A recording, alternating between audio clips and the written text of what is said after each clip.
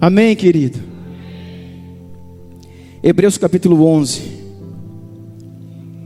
verso 32.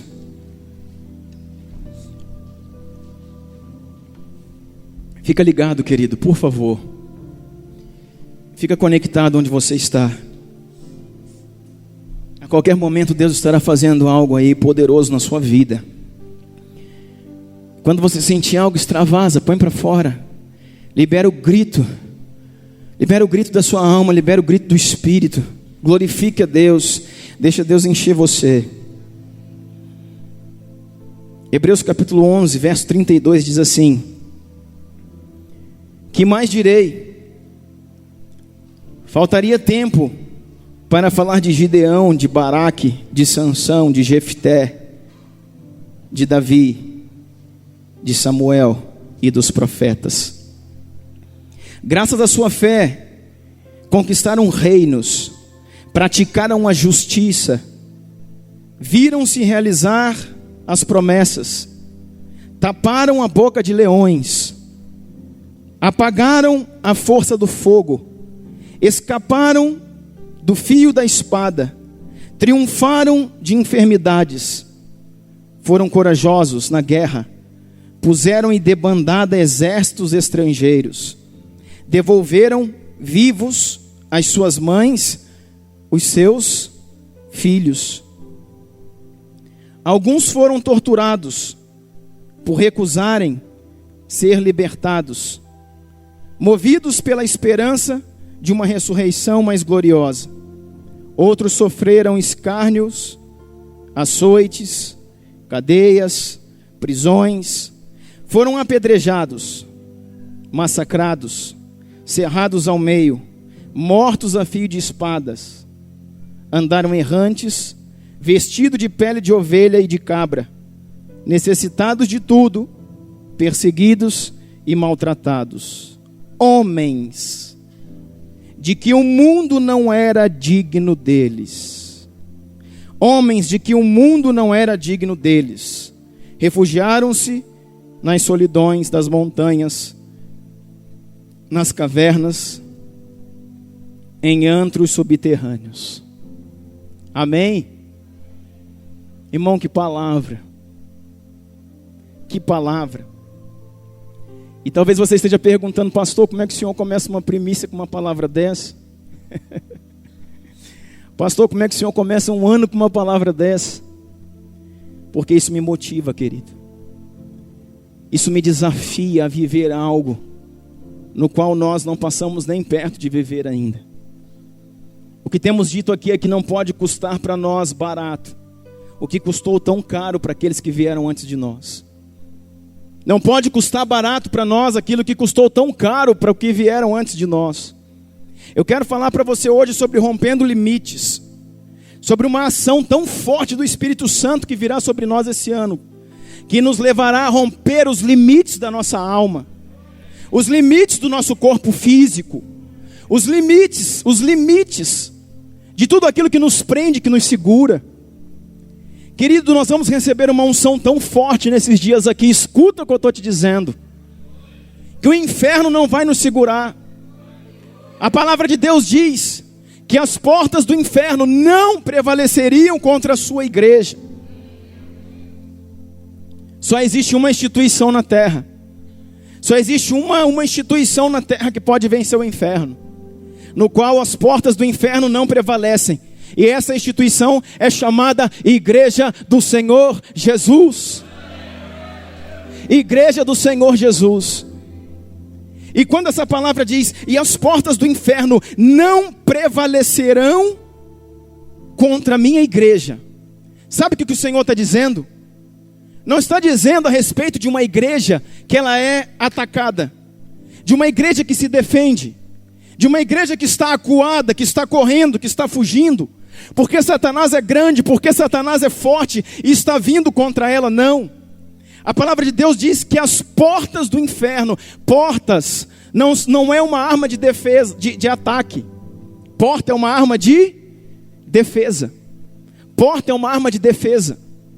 Então o que essa palavra quer dizer é que as portas do inferno, se você lembrar, trazer à sua memória um filme daqueles medieval, aqueles filmes que tem castelos, você vai ver que tem portas fortificadas, que impedem a entrada nas muralhas, nos castelos. E aí vem um exército inimigo, e eles vêm ali com suas armas, e eles trazem um tronco bem grande, e é chamado aquilo de ariete. E ali soldados estão de um lado direito, soldados de um lado esquerdo, e eles vêm correndo e batem, bum, naquela porta. E eles retornam para trás novamente. E eles vão avançando e bum, naquela porta. E eles voltam para trás novamente. E aquela porta vai sofrendo avarias. E aquela porta vai sofrendo rachaduras, até que ela não resiste, ela cai. E sabe que o Senhor está dizendo para nós que as portas do inferno não podem segurar a igreja do Senhor Jesus, que está atacando na terra. Ela não pode segurar a igreja do Senhor Jesus. Não é questão, querido, que nós estamos fugindo. Não é questão que nós estamos fugindo. É questão de que a igreja vai atacar, que a igreja vai anular as obras do diabo. A palavra diz que para isso se manifestou o Filho de Deus, ou seja, Jesus. Para quê, pastor? Para anular, aniquilar, destruir as obras do diabo. Foi para isso que se manifestou os filhos de Deus. Foi para isso que se manifestou o Filho de Deus. E como vimos aqui ontem, o Filho de Deus deixou uma herança para nós, no qual faremos algo maior do que Ele fez. Então está na minha e na tua mão, querido. Está na minha e na tua mão a força, o desejo, a gana, a vontade de partir para cima do inferno, anulando as obras que Ele tem plantado na sua cidade, as obras que Ele tem plantado na sua família. Existe ruína ali na sua casa, existe ruína ali na sua família, existe vício, viciados, pessoas que se lançaram ao vício, pessoas doentes, pessoas escravas na enfermidade, pessoas escravas na dívida. Sabe o que é isso? A ação do inferno sobre a terra. Mas nesse ano o Senhor está restaurando a sua igreja e nos dará forças e uma arma tal que nós iremos atacar para anular as obras do inferno. Eu creio nisso, querido. Eu entrei esse ano declarando isso. Eu falei: Deus, nós nos colocaremos numa posição de ataque. Foi isso que ministramos ontem na passagem de ano. Que enquanto alguns ainda estão em tratamento, outros Deus tem dado uma armadura muito bem ajustada para a guerra. Porque nós vamos precisar disso, querido, para tomar de volta os territórios que são nossos. Lugares que outrora, por falta de sabedoria, por falta de fé, por falta de conhecimento, por falta de intercessão, por falta de posicionamento, nós perdemos lugar para o inferno. Na nossa casa, na nossa família, na nossa cidade, nós perdemos lugar. Por falta de nos posicionar como igreja, permitimos que o inferno avançasse, permitimos que Satanás lançasse as suas bases, tomasse os nossos entes queridos, escravizassem a nossa família. Mas agora é um tempo de uma igreja guerreira se levantar.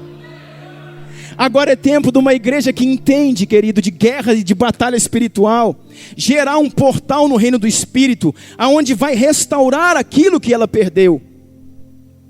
Eu quero que você entenda, ontem nós falamos sobre isso, que nós estamos entrando num novo tempo. 2014, querido, não é 2013.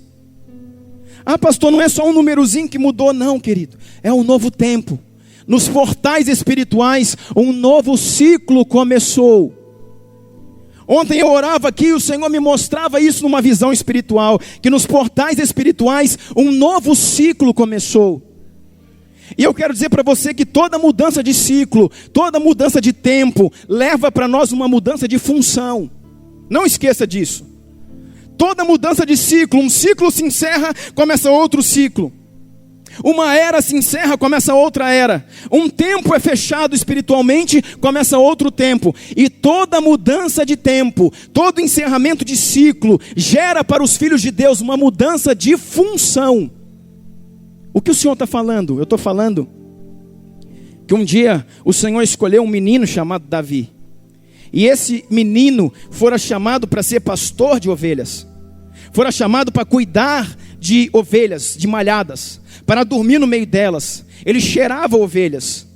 Ele apenas ficava no meio de um mato, ficava no meio do deserto, apacentando as suas ovelhas. Era apenas um menino, a Bíblia diz, um menino ruivo. Diz ali um menino que não tinha muita aparência, um menino sardento, ruivo, com uma funda pendurada no ombro. Mas ele estava ali fazendo aquilo que foi chamado para fazer. Fazendo aquilo que foi chamado para fazer. O que, pastor? Cuidar das ovelhas do seu pai, com diligência, com atenção, com carinho, com amor, com gana, com êxito. A palavra de Deus diz, querido, tudo que te vier às mãos para fazer, faça com todas as tuas forças. Sabe por quê? Muitos de nós nunca chegamos a um nível maior, nunca passamos daquele tempo para um outro. Sabe por quê? Nas nossas vidas passa-se um tempo, fecha-se um ciclo, mas a função não é mudada.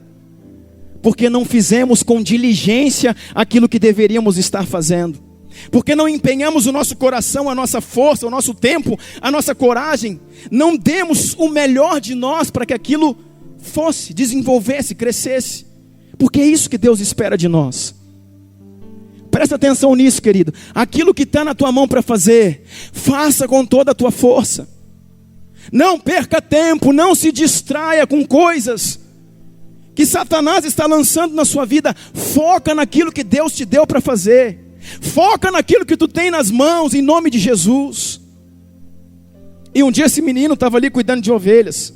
E porque ele foi diligente, amoroso, e porque ele foi um adorador, e porque ele amou a Jesus, e não somente a Jesus, ele amou as ovelhas. Ok? Ele não amou somente a Jesus, ele amou as ovelhas. Amou as ovelhas de seu pai. E envolveu a sua vida nisso. Ele, para cuidar das suas ovelhas, ele correu risco de vida. Correu risco de vida. Ele enfrentou um leão. Pensa um menino que não tem uma espingarda, não tem uma 9mm, não tem uma 22, não tem uma bazuca, um canhão. Pensa um menino que tem uma funda. Uma tira de couro que atira pedras. Enfrentar um leão? Sim. Enfrentar um urso? Sim. Para cuidar daquelas ovelhas. Um menino que foi diligente, que foi amoroso, que foi dedicado. Um menino que talvez ficasse naquela caverna ali, dormindo, porque ele não ia, querido, todos os dias cuidar das ovelhas e voltava para sua casa, para tomar o leite que a mamãe fazia, para dormir no colchão, acolchoado, não. A palavra diz que os pastores de ovelha saíam das suas aldeias, das suas casas, e passavam até 6 meses no deserto. Eu disse o quê? 6 meses, fora de casa, longe dos pais, longe dos irmãos, longe da namorada, longe da esposa, longe do trabalho secular, porque o trabalho dele era aquele, e ali ele ficava. E talvez muitos desses pastores voltavam, e quando voltavam, uma série das suas ovelhas tinham sido atacadas porque eles não eram diligentes. Talvez muitos desses pastores ficavam ali reclamando, murmurando, porque poderiam estar fazendo muitas outras coisas nas suas cidades ou aldeias, mas ele não. Davi era diligente. Davi amava Deus e Davi amava as ovelhas. Davi não deixou com que nenhuma se perdesse. Davi enfrentou o urso. Davi enfrentou o leão. Davi arriscou sua vida. E Davi fez tudo isso adorando, adorando, adorando aquele que vive. No final de cada dia, no decorrer de cada dia, ele sentava, pegava sua harpa, fazia os seus cânticos, os seus salmos e adorava aquele que vive. Por causa disso, querido, fechou um ciclo. Por causa disso, os dias se passaram, os anos se passaram e se fechou um ciclo na vida de Davi. Se fechou uma era na vida de Davi. Assim como se fechou na sua vida, assim como se fechou na minha vida um ciclo de 2013 e começamos 2014, fechou-se um ciclo na vida de Davi. E quando fecha um ciclo, existe mudança de função. E agora, porque ele cuidou bem das ovelhas, e ele poderia vencer leões e vencer ursos, agora ele é chamado não para cuidar de ovelhas, mas para derrubar gigantes. Você está entendendo isso? Agora aquele menino que outrora era apenas um ruivinho, com seu cabelo ruivo, as suas sardas e a sua funda no pescoço, cheirando ovelhas. Agora Deus o comissiona, Deus coloca no coração dele o desejo de ir até uma batalha, a mando do seu pai, ver como seus irmãos estavam na guerra. E chegando ali, ele é discriminado, chegando ali ele é acusado. Mas existe um desejo, existe uma missão, existe uma vontade. E outra, ele é diligente. Davi amava Deus, e Davi amava as ovelhas. Davi amava Deus, e Davi amava o seu povo. E agora um gigante, de quase 3 metros de altura ou mais, Golias, um mercenário filisteu, está à frente e insulta o exército de Deus. Insulta o exército de Deus, e durante 40 dias faz isso. E quando ele chega, ele fala: peraí, isso não pode estar acontecendo, eu não estou vendo algo como isso aqui. Essa é a realidade, sim. Então ele se posiciona. Ei, você que está aí coçando a cabeça distraído, você tem se posicionado diante dos gigantes que estão afrontando a sua vida? Você tem se posicionado diante dos gigantes que têm tentado destruir a tua família, o teu casamento, a tua saúde? Dos gigantes que têm assolado a igreja do Senhor Jesus? De todo tipo de doutrina maligna, de toda ação daquilo que tem envergonhado o nome da igreja na terra, tu tens se posicionado diante desses gigantes? Davi se posicionou. Primeiro ele se posicionou. Ele foi guiado pelo Senhor, mas ele se posiciona. E quando ele se posiciona, fechou um ciclo na vida dele, e houve mudança de função. Agora eu estou vendo um homem, não mais aquele menino, agora eu vejo um homem, ainda sendo muito jovem, não tem cara de menino, tem cara de homem. Porque a sua função foi mudada. Agora ele não é um pastor de ovelhas, agora ele é um lutador. Agora ele é um general. Agora ele é um destruidor de gigantes. Se posiciona e derruba aquele gigante.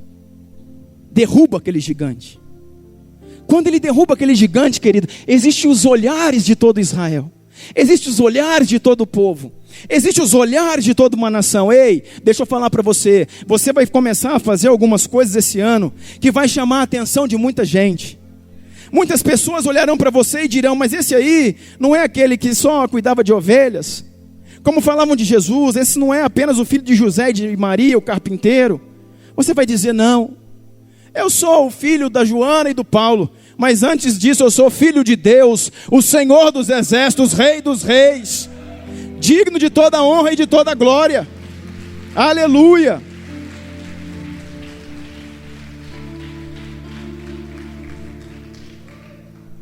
Ele se posicionou, chamou a atenção de todo um povo. E por causa disso, encerrou-se um ciclo e mudou a sua função. Agora ele é levado a ser ungido. Aquele rei que reinava no seu tempo, chamado Saul, era alguém que fora rejeitado pelo Senhor. Alguém que se desviou e fora rejeitado. Então Deus está mudando agora o governo do seu povo. É como nos tempos de hoje, Deus está mudando o governo da igreja. Deus está tirando Saul do governo e colocando Davi. Deus está tirando a unção do homem e colocando a unção do Espírito. Agora aquele menino que outrora virou um guerreiro, agora é ungido rei. A sua função foi mudada. Pastor de ovelhas, guerreiro, rei. E esse não seria o ponto mais alto que ele subiria. Porque como rei ele fora diligente. Como rei ele amava, não o trono, amava ao Senhor. A diferença de Saul e Davi era que Saul amava o trono. Saul amava o dinheiro. Saul amava as riquezas e a glória de um trono. Mas Davi amava ao Senhor. E sabe o que acontece? Se encerra um ciclo.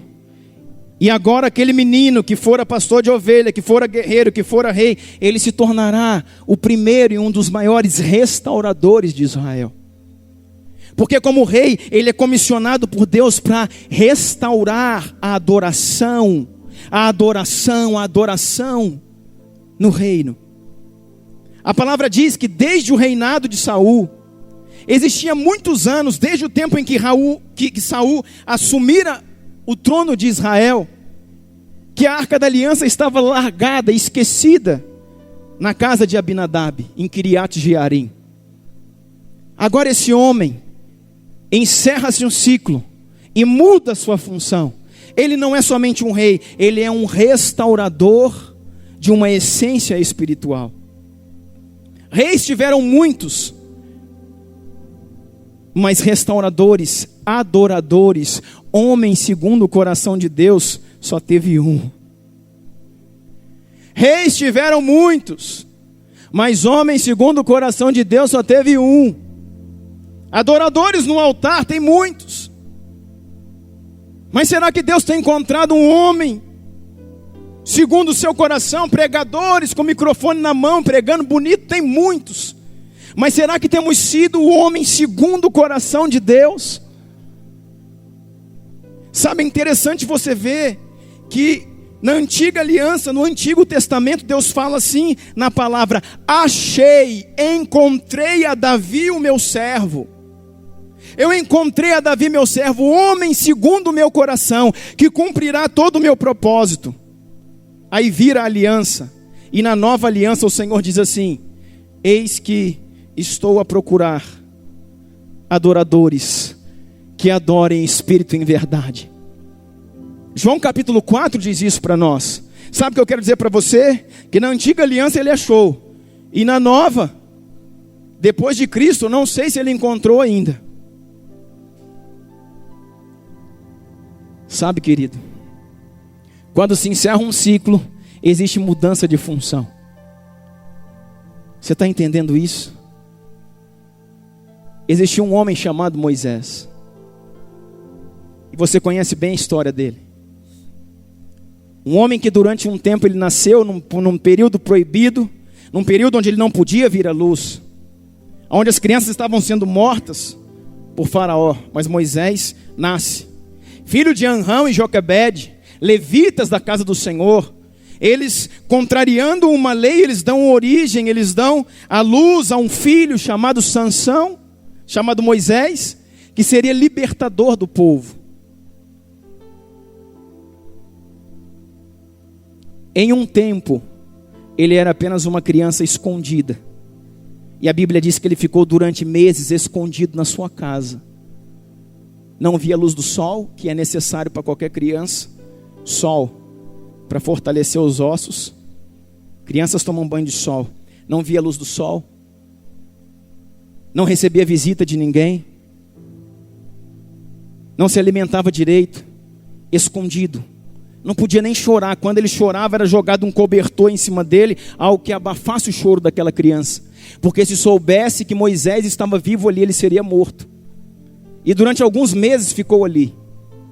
E nem nome foi dado para ele. Você sabia que Anrão e Joquebede não deram nome para Moisés, porque não saberiam se ele viveria, não sabiam se ele vingaria.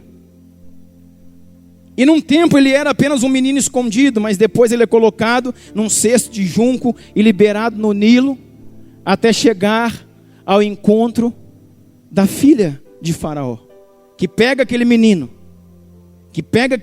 leva para o palácio de Faraó e convida a sua própria mãe para ser a mãe de leite, para amamentar o seu próprio filho. É obra de Deus, irmãos. Deus está no controle da tua vida. Deus está no controle da tua história. Não tem nada que possa passar por ele despercebido. O Senhor estava no controle e agora aquele menino está ali. Em um tempo ele era uma criança escondida. Encerrou-se um ciclo, mudou-se a função. Agora ele é o filho da filha de Faraó. Agora ele é simplesmente um príncipe do Egito. Mas ele foi crescendo ali em toda a doutrina que ele precisava. E diz a palavra, ou melhor, diz o historiador Joséfo, que com 18 anos, Moisés ele é enviado para a academia militar dos egípcios. E ele é treinado de 18 anos até 38 anos, 20 anos, ele é treinado no serviço militar egípcio. E se torna um dos maiores guerreiros do Egito. Treinado em toda a arte militar. E diz que depois que ele retorna da academia militar do Egito, ele vai para uma guerra contra os etíopes. Ele vai para uma guerra contra a Etiópia. E naquela guerra do Egito contra a Etiópia, que era a nação forte daquele tempo, o Egito vence. E esse homem chamado Moisés, ele volta. O príncipe do Egito, ele volta. Condecorado, rico, bonito, famoso. Encerrou-se um ciclo. E o príncipe menino virou-se o príncipe histórico. Existem estudos que defendem que ele era cotado para ser o próximo faraó. Você entende disso? Existem estudos que defendem que Faraó tinha o seu primogênito, mas o olhar de Faraó estava sobre Moisés, sobre a sua vida, sobre a sua estratégia de luta. Mas sabe o que a palavra diz? Que virou-se mais um ciclo. E agora aquele menino escondido, que virou o menino príncipe, que virou o príncipe guerreiro, sabe o que ele faz? Abra sua Bíblia comigo em Hebreus, eu vou mostrar para você o que um homem de Deus faz.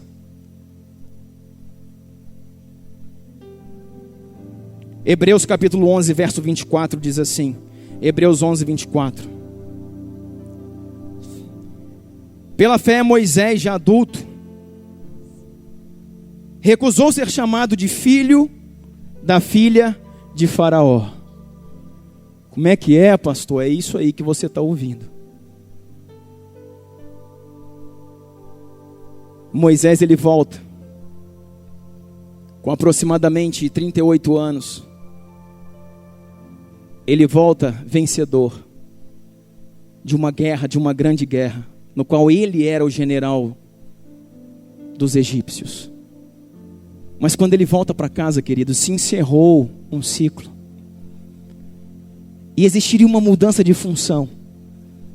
Talvez agora ele teria que decidir agora em ser o próximo faraó.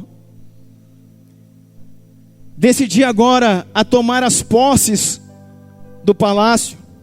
Mas a Bíblia diz, pela fé Moisés, já adulto, recusou ser chamado de filho da filha de Faraó, preferindo ser maltratado com o povo de Deus a desfrutar os prazeres do pecado durante algum tempo. O que ele preferiu? Eu não estou entendendo. Preferindo ser maltratado com o povo de Deus a desfrutar os prazeres do pecado durante algum tempo. Por amor de Cristo, considerou desonra a riqueza maior do que os tesouros do Egito, porque contemplava a sua recompensa. Aleluias. Ei, você está entendendo isso? Olha o que está escrito aqui, por amor de Cristo, ele considerou desonra a riqueza maior do que os tesouros do Egito, porque contemplava a sua recompensa, porque ele sabia que aquilo que Deus tinha para ele era maior do que essa riqueza.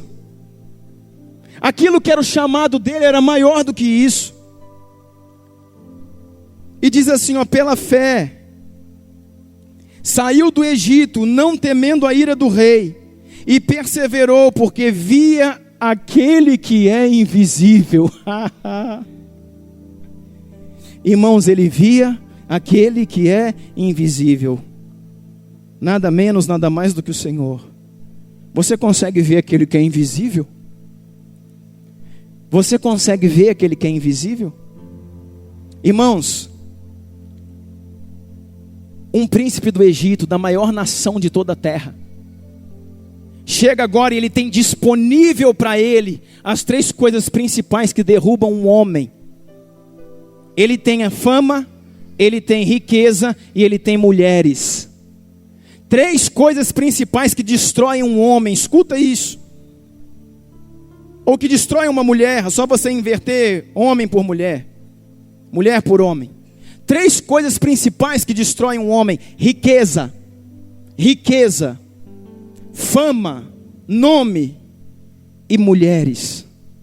Mulheres egípcias, de todos os tipos, as mais lindas dela, à sua disposição. E ele contempla mulheres, fama e riqueza. E ele consegue ver o natural, só que ele olha para o outro lado e vê o sobrenatural. Ele consegue ver o visível, mas ele olha para o outro lado e vê o invisível. E ele prefere sair daquele lugar e voltar, irmãos. Ele rompe com Faraó e volta a viver no meio do seu povo. É por isso que quando ele chega ali no meio do seu povo e passa algum tempo ali, talvez uma média de 2 anos, ele passou ali no meio do seu povo. É por isso que ele vê um egípcio agora explorando um judeu, e ele vai lá e mata aquele egípcio. Por quê? Porque ele não estava mais no castelo, agora ele estava ali na linha de frente, ele estava ali na pobreza, ele estava ali na exploração. E sabe por que Faraó vem contra ele? Faraó não iria contra um general que mata um soldado. Você entende isso? Faraó não iria contra o general Moisés, porque matou um soldado a mais, um soldado a menos. Afinal de contas, esse é Faraó, o príncipe do Egito. Quando ele mata aquele soldado, era o que Faraó precisava para persegui-lo e tentar matá-lo. Por quê? Porque ele havia já rompido anteriormente com Faraó.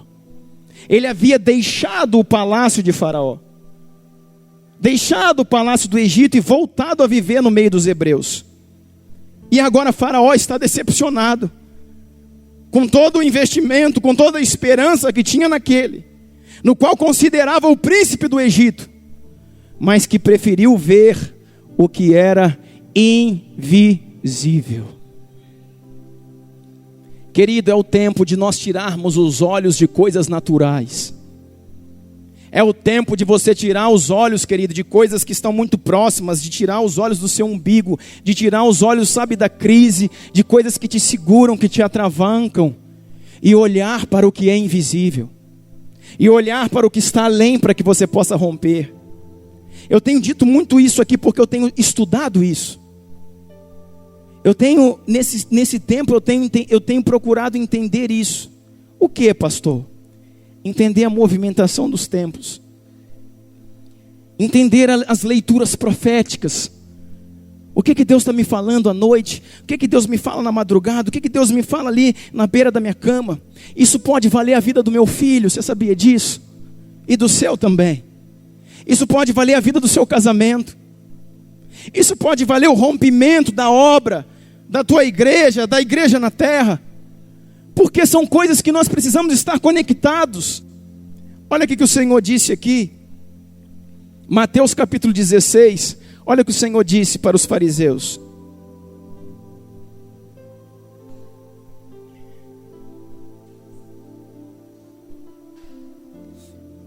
Mateus 16, verso 1 diz assim: os fariseus e saduceus aproximaram-se de Jesus e o puseram à prova. Sabe o que saduceu e fariseu faz? Diga assim: põe Jesus à prova. Irmãos, Deus não é Deus que precisa ser posto à prova. Não é papel da igreja colocar Deus à prova. Aliás, só existe uma única vez na Bíblia que Ele mesmo diz: fazei prova de mim. E é em relação ao quê? Aos dízimos. Em Malaquias, no capítulo 3, quando ele diz: trazei os dízimos à casa do tesouro, e depois provai-me nisto, se eu não abrirei sobre vós a janela dos céus. Ele diz: me prova nesse sentido, me prova na tua fidelidade, e tu provarás da minha. Mas eu quero dizer para você, a igreja de hoje tem provado a Jesus em muitas coisas. A igreja de hoje coloca metas para que Jesus cumpra. A igreja de hoje coloca dias, estabelecem dias para que o Senhor estabeleça o milagre. A igreja de hoje é uma igreja campanheira que vive fazendo um monte de coisa, correndo atrás de coisas, e não atrás da glória de Deus. E diz aqui, os fariseus e saduceus aproximaram-se de Jesus e puseram ele à prova, pedindo-lhe que lhe mostrasse um sinal. É o que muito crente quer ver, um sinal. Que fique isso para nós, querido. Não corra atrás de sinal, corra atrás do Senhor. Não corra atrás de milagres, porque lá está acontecendo milagres. Muitos farão muitos milagres, expulsarão demônios, e naquele dia eu vou falar: apartai-vos de mim, porque não vos conheço. Vós que praticais a iniquidade. Irmãos, curas, sinais, revelações e revelamentos. Isso não quer dizer coisa nenhuma. Eu quero dizer para você, nem multidões quer dizer coisas. O nosso trabalho aqui como igreja é desenvolver e não crescer. Porque se a gente cresce, mas não desenvolve, não adianta. Se eu tenho uma igreja cheia de pessoas vazias, não resolve. Se a igreja está cheia de pessoas vazias, não resolve. Mas se a igreja tem poucas pessoas que estão cheias, isso terá um propósito maior. Sabe, querido, se Deus quiser, nós seremos grandes, seremos multidões, mas se Ele não quiser, nós não seremos. Ah, pastor, ali tem tanta gente, irmão, muçulmano também tem muita gente. É o que mais cresce no mundo, não são os evangélicos, são os muçulmanos. E é do inferno. Isso não quer dizer coisa alguma. Não é crescimento que diz nada. Sabe, não são sinais. Os fariseus e saduceus aproximaram-se de Jesus e puseram uma prova. Irmãos, eu escuto na rádio às vezes ouvindo algumas coisas de algumas denominações, algumas coisas que se intitulam Igreja do Senhor na Terra, e que nos fazem ouvir coisas, querido, tristes, que nos fazem ouvir coisas que ferem a nosso coração, dizendo: Deus, não é possível que eu estou ouvindo isso. Sabe por quê? Porque a igreja está na televisão, a igreja está no rádio, a igreja está em muitos lugares, pedindo Deus provas, provando a Deus. Vamos fazer uma oração e requerer de Deus aquilo que Ele disse, Ele será obrigado a cumprir. Deus não é obrigado a coisa alguma, querido. Ele faz aquilo que Ele quer fazer. Por isso que Ele falou aqui, Ele respondeu. Olha só o que Jesus respondeu, irmão. Põe lá Mateus 16, verso 2. Ele respondeu: quando a tarde vem, vocês dizem: vai fazer bom tempo, porque os céus estão vermelhos.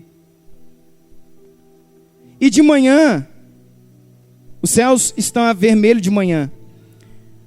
Hoje haverá tempestade, porque o céu está vermelho e nublado. Vocês sabem interpretar o aspecto do céu, mas não sabem interpretar os sinais dos tempos. Você entendeu o que eu falei? Os fariseus e saduceus chegaram para ele e disseram assim: mostra-nos um sinal. Mostra-nos um milagre. Tu não é o Filho de Deus? Mostra-nos um milagre. Tu é o Filho de Deus mesmo? Então cura aqui que a gente quer ver. Tu não é o Filho de Deus? Então enriquece. Tu não é o Filho de Deus, como aquele ladrão do lado dele lá no Calvário disse: então desce da cruz. Irmãos, todo mundo que chegava próximo de Jesus naquele tempo dizia: então faz isso, então faz aquilo, então faz isso, então faz aquilo. E Jesus não aguentava mais isso. Um povo que já o buscava por aquilo que ele podia fazer. Sabe por que multidões o seguiam? Porque Jesus ministrava, pregava, mas depois ele dava o de comer para as pessoas. Então muita gente ia atrás. Porque foi sempre o que as pessoas buscaram: comida, alimento físico, bênçãos, sinais. Aí Jesus chegou para eles e falou assim: olha, vocês entendem do tempo, vocês veem, olham para o tempo, está vermelho, e vocês sabem quando vai fazer sol. Olha para o tempo e está assim nublado, vocês sabem quando vai chover. Vocês entendem de um tempo físico, mas não entendem nada dos tempos espirituais. E o meu medo é não entender nada dos tempos espirituais. O meu medo a cada dia é falar: Deus, o que eu estou fazendo nessa terra? O que eu faço na frente dessa igreja? O que eu faço nesse ministério? Se eu não entendo tempos espirituais. Deus, eu não quero entender da economia da cidade. Eu não quero entender, Deus, não quero.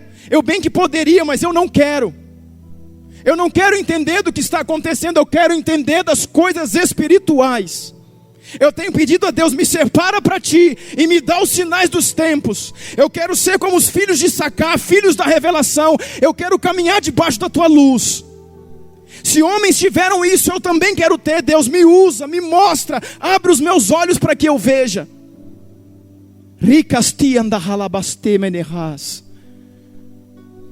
Eu falo: Deus, eu quero ver os sinais dos tempos. Eu quero entender o que acontece. Eu quero dirigir essa igreja, porque eu vou prestar conta de cada um deles que estão ali. E eu quero saber como eu conduzo, o que eu prego, o que eu falo, para onde eu estou levando eles. Eu não quero ensinar uma igreja a viver na terra. Eu não quero ensinar uma igreja a ser bem sucedida na terra. Eu sei que você vai ser bem sucedido na terra, porque Deus vai te abençoar. Mas não sou eu que vou te ensinar isso. Eu quero ensinar você a alcançar a vida eterna com Ele, em nome de Jesus.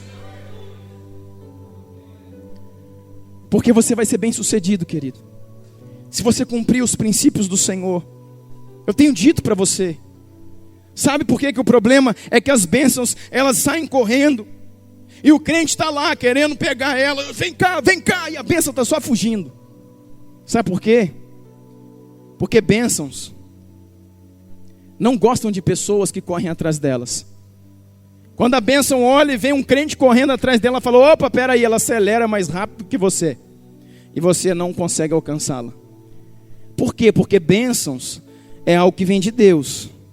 E se ela vem de Deus, ela cumpre princípios. E o Senhor falou que ela não estaria na sua frente, mas atrás de você. O Senhor falou que você viria e elas te alcançariam. Deuteronômio 28 diz que as bênçãos te perseguirão e te alcançarão. Então bênção não gosta de quem corre atrás dela. Ela é mais rápida do que você. Bênção gosta de quem anda atrás de Jesus. Quando a bênção encontra um homem que está doido atrás de Jesus, correndo, buscando Jesus, ela fala: opa, ali tem um homem que por princípio eu tenho que acompanhar ele. Quando você foca no seu chamado, foca no seu princípio, foca naquilo que Deus te deu. Amém? Então ele falou assim: olha, vocês entendem do tempo, sabe se vai chover, sabe se vai fazer sol, mas eu vou dizer para vocês, do mundo espiritual, vocês fariseus, que eram os doutores da lei, que eram os homens entendidos, vocês não sabem nada. Sabe de uma coisa que acontece? Vou dizer para você. Eles eram tão desligados espiritualmente, que eles estavam fora da lei. Na época de Jesus, existia Anás e Caifás. Os dois eram sumos sacerdotes. Isso nunca foi um padrão na lei. Em toda a lei sempre existiu apenas um sumo sacerdote. E eles estavam agora descumprindo a palavra. Eles estavam descumprindo a lei. E é por isso que falamos para vocês a respeito daquele que sobe numa figueira para ver Jesus, chamado Zaqueu. Sabe, querido, conhecerás a verdade e ela vos libertará. Zaqueu era um ladrão. Zaqueu era alguém que usurpava o povo judeu, mas ele também era judeu, circuncidado ao 8º dia, cumpridor da lei dos judeus. E todo aquele povo judeu o odiava. Por quê? Porque Zaqueu se tornou um publicano. Ei, peraí, esse tal de Zaqueu é do nosso povo. Esse tal de Zaqueu, ele não é romano, ele é judeu. Como ele vira a casaca dessa forma para agora explorar a gente? Sabe por quê, irmãos? Porque Zaqueu estava ferido. Zaqueu olhava para a igreja do seu tempo e não era aquela igreja que ele viu quando era criança. Zaqueu olhava para os fariseus e percebia que não era como os sacerdotes de antigamente. Zaqueu olhava para o templo, para a casa de Deus, e via que a casa de Deus se tornou um covil de salteadores. Olhava para a igreja e viu que a igreja virou uma casa de câmbio, de comércio, onde se vendiam animais. E Zaqueu frustrou seu coração. Zaqueu era diligente. Zaqueu era um homem que amava Deus. Zaqueu era alguém apaixonado pela lei, instruído na lei, nascido no meio dos judeus, cumpridor da lei, da Páscoa, dos mandamentos, das festas judaicas, circuncidado ao 8º dia, um cumpridor da lei. E quando ele vê que os fariseus, saduceus, são como Jesus mesmo falou, são como sepulcros caiados, bonitos na sua indumentária por fora, mas por dentro cheiram mal, estão podres, corrompidos. Uma igreja perdida, adulterada, era a igreja de Jesus, já naquele tempo. E aí Zaqueu, ele se ira com isso. E Zaqueu fala, quer saber, eu não quero mais saber disso. Eu não quero mais saber dessas leis, não quero mais saber desses costumes, não quero mais saber de igreja, eu vou trabalhar para Roma. E aí ele começa a explorar o seu povo. Mas quando ele fica sabendo que tem um homem chamado Jesus, o Messias, está na terra, quando ele, que é judeu, porque a Bíblia diz que Jesus veio para os seus, mas os seus não o receberam. Ele foi rejeitado pelos seus. Mas existe um dos seus, chamado Zaqueu, que o recebeu. Zaqueu fala, olha só, não pode ser saduceu, não pode ser fariseu, não pode ser esse povo dessa época aqui, que está certo.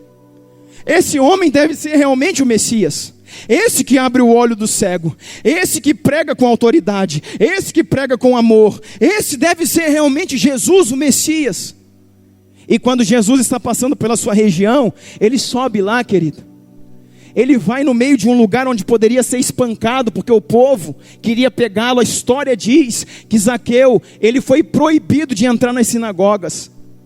Ele não podia entrar para prestar culto na igreja dos judeus, porque ele era perseguido.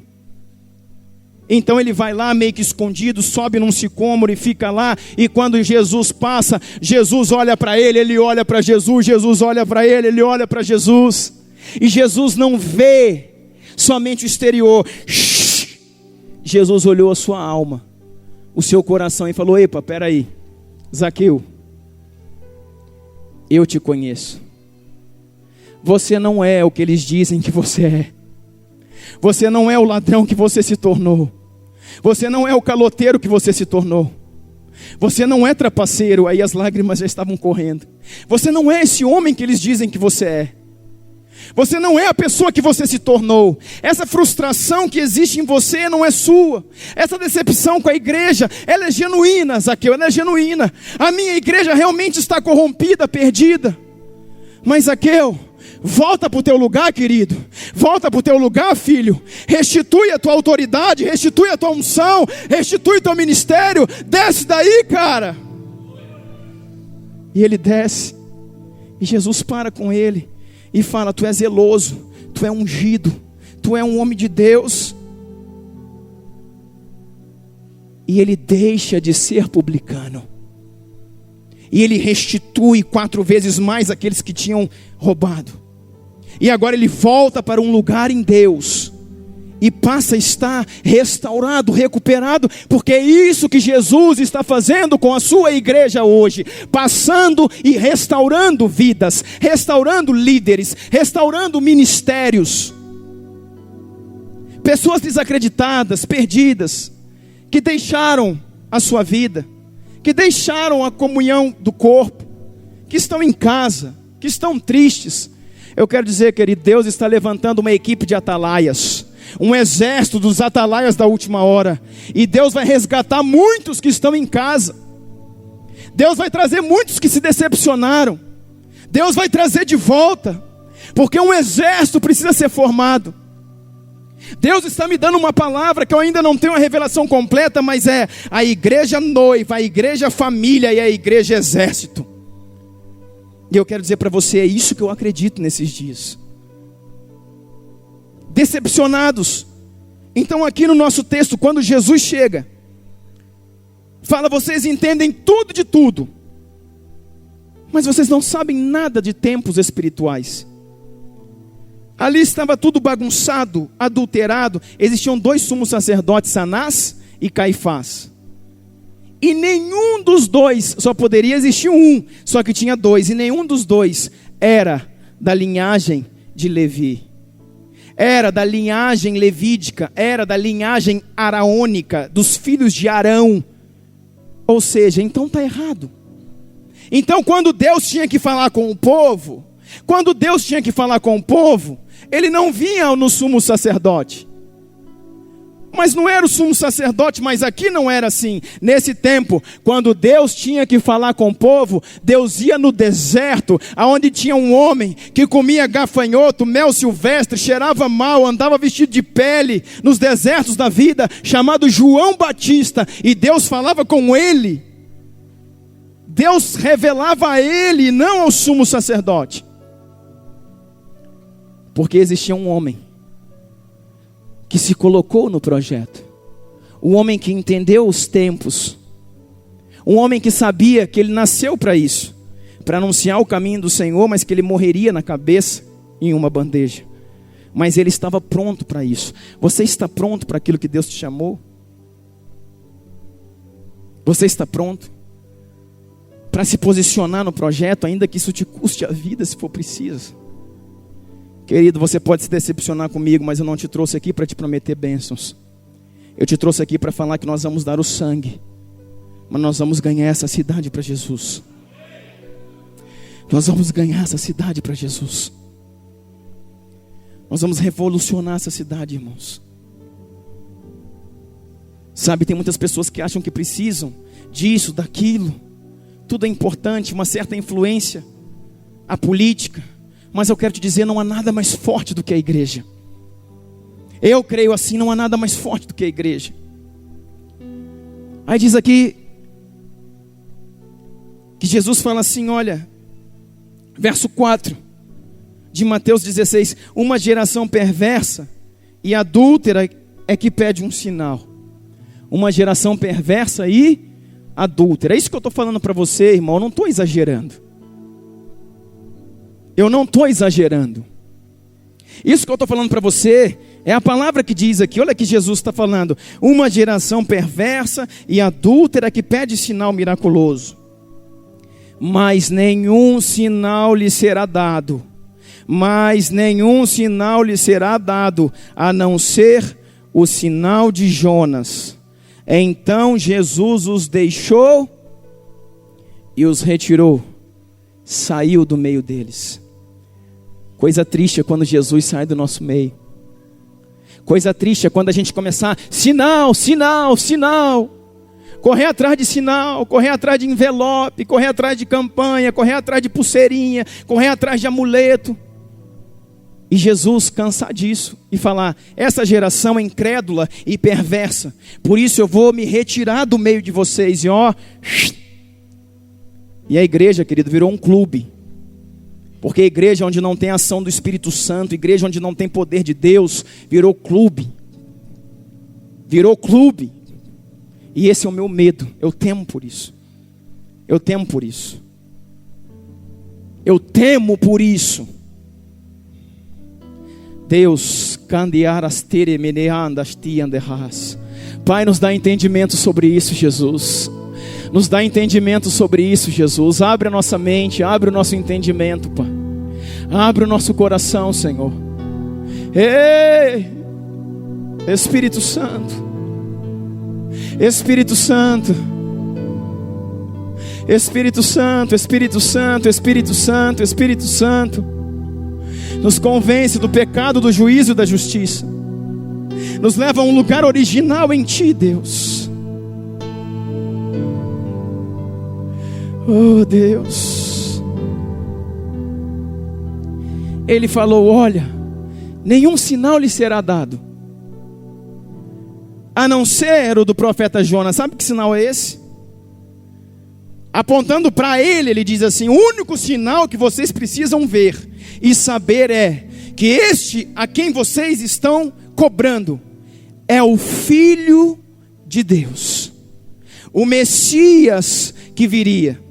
E o sinal de Jonas é que ele vai morrer, ele será crucificado por vocês, ele será crucificado no meio de vós, passará 3 dias no ventre da terra, mas ao 3º dia ele ressuscitará em poder e glória, aleluia.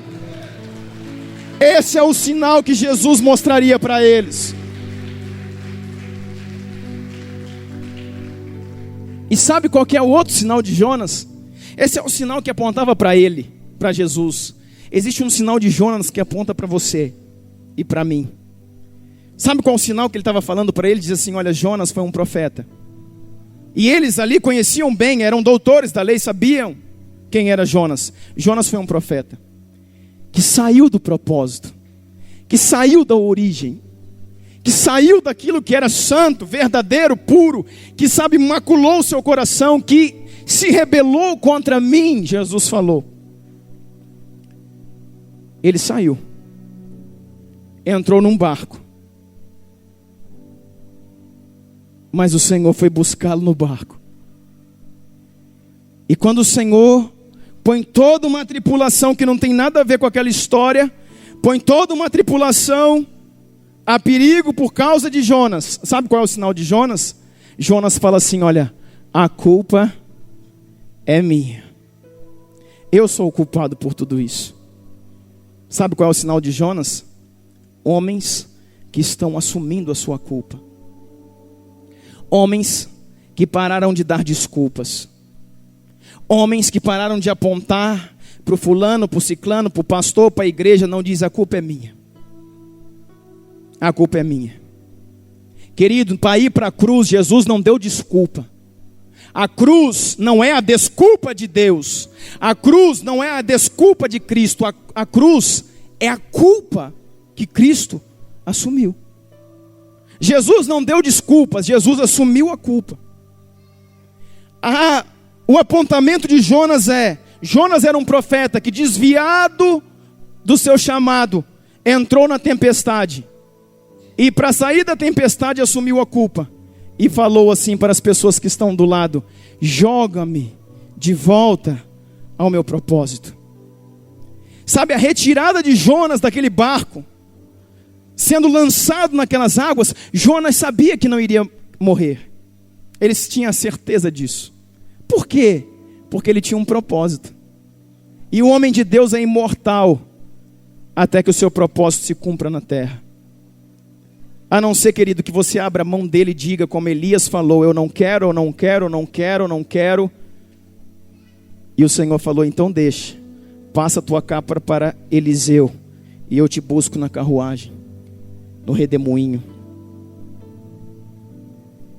Sabe, aquelas águas ali, águas falam do Espírito, águas falam de correntes de águas vivas, águas falam do propósito de Deus, do Espírito Santo. Então tirar Jonas do barco e jogar nas águas retorna o profeta para o seu chamado, retorna o profeta para o centro da vontade de Deus, retorna o profeta para a direção do Espírito Santo.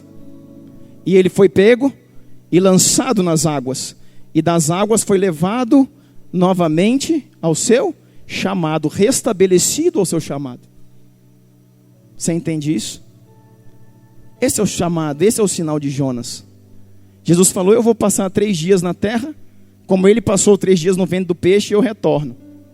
E vocês, fariseus hipócritas, se vocês não fizerem como eles, e não se lançarem nas águas novamente, vocês irão morrer desalinhados com o propósito. Querido, esse é o ano de posicionamento. Esse é o ano que nós vamos, entender. Jesus falou: vocês não entendem nada de reino espiritual. E nós precisamos entender disso. Chegou o tempo da igreja, querido. Não é só uma igreja que vai em culto, não é só uma igreja que está na letra, que não tem revelação de coisa alguma. É a igreja que entende o tempo, porque foi esse o desafio. Foi esse o desafio de Jesus para eles. E nessa noite nós vamos orar nos posicionando. E se for preciso, querido, nos posicionar em um lugar para dar a resposta que Deus espera de nós. Como Isaías.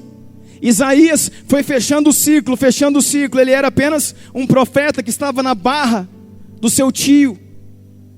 Quando o tio dele morre, ele assume um lugar. E agora ele fica apontando, olha, o fulano, o ciclano, o beltrano. Ai de ti, pecador, ai de ti, beberrão, ai de ti, prostituta. É assim que os primeiros capítulos de Isaías estão. Mas diz que a partir dos 5 ou 6 ele tem uma revelação de Deus.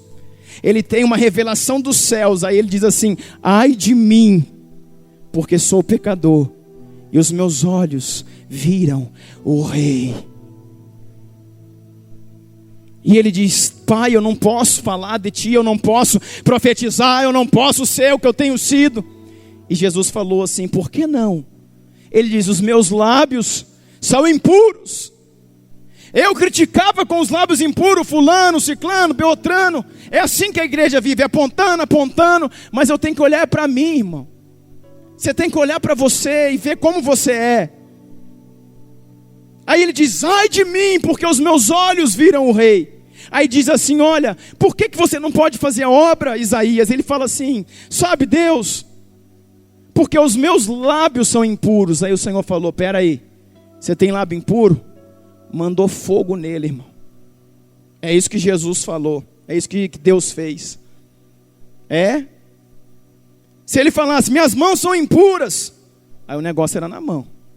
Se ele falasse: meus pés, meus olhos, não, meus lábios são impuros. Deus falou: pera aí, fogo nele.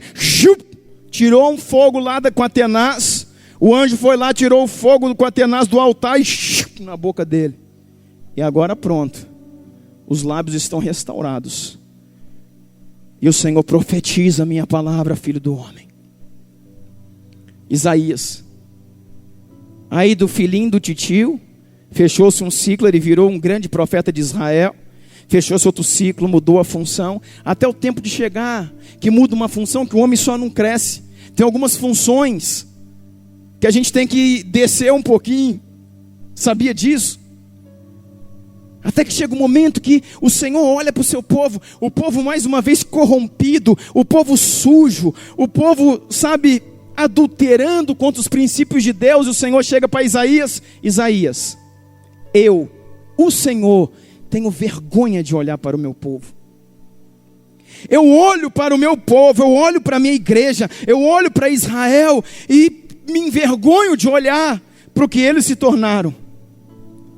Isaías, e ele diz: sim, Senhor, eis-me aqui, fique nu,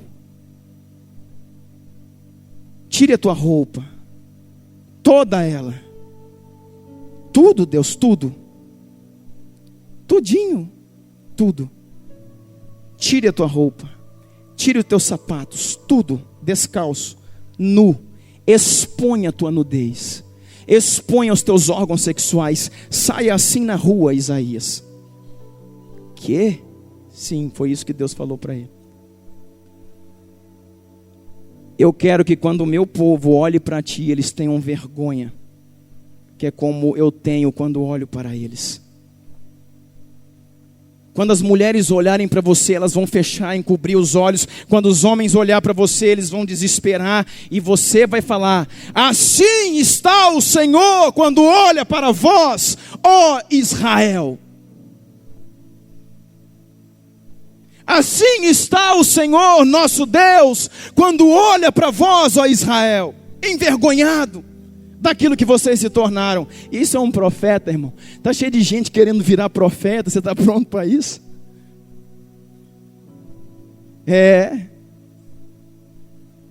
Assim eram os profetas.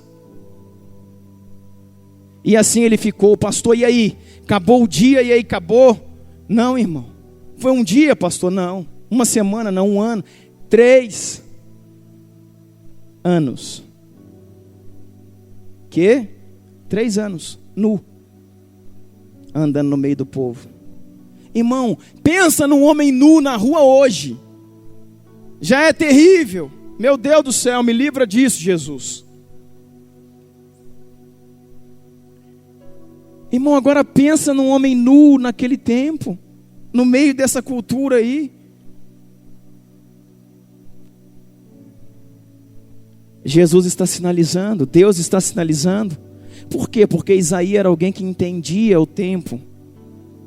E quando eu começo a entender o tempo, nós entramos naquilo que temos falado. Aí servir a Deus passa a ser para nós não somente um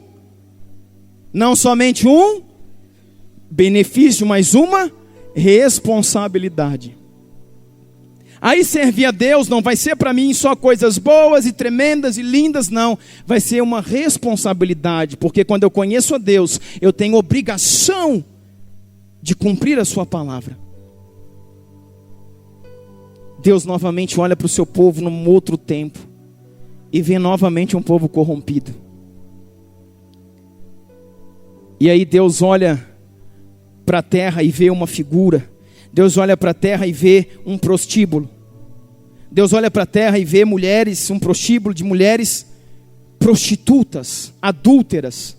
Deus olha e vê uma mulher ali, Gomer, uma mulher bem suja, uma mulher bem prostituta, bem lançada a uma variedade de homens, bem pervertida. E levanta o profeta daquele tempo, reconhecido por todo Israel, Oséias, e diz: tome Gomer como sua esposa. Deus é o Senhor mesmo? Sim, Oséias, sou eu. Deus, o que o Senhor está falando? Tome Gomer como sua esposa. Tira ela de lá, casa com ela, leva ela para sua casa, dá um banho nela, purifica ela, veste ela com joias, põe uma roupa limpa nela,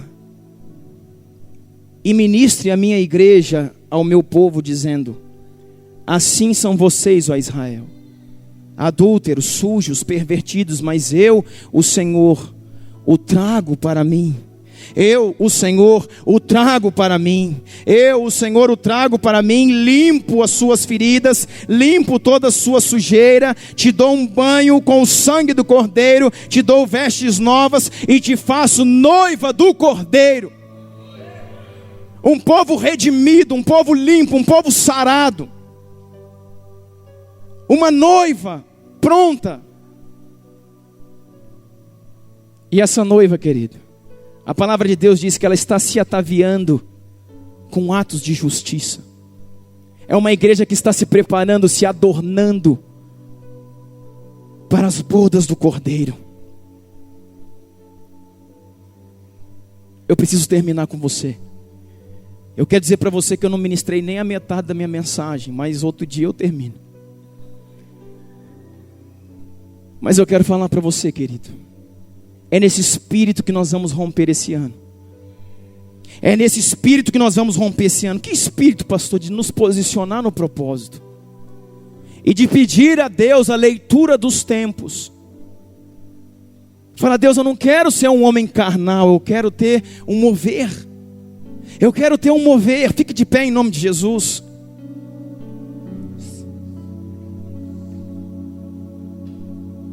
Eu não quero ser como esses fariseus.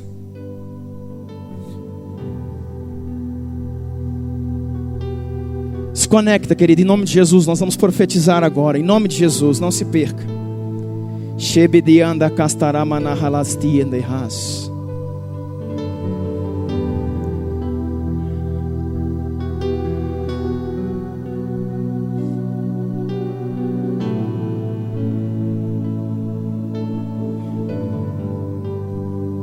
Senhor, em nome de Jesus, dias de rompimento, rompendo os limites da alma, rompendo os limites do espírito, rompendo os limites do corpo. Não há nada que pode te prender esse ano, querido. Não há nada que pode te prender esse ano. Não há nada que pode te prender esse ano. Começamos aqui com Hebreus dizendo: homens que apagaram a força do fogo, que passaram a fio de espadas, que perderam sua cabeça, que foram cerrados ao meio, homens no qual o mundo não era digno deles. Existiram homens que o mundo não era digno de tê-los, e por causa disso o Evangelho chegou em mim, por causa disso o Evangelho chegou em você. Rebeanda carastore mehanastia de ras.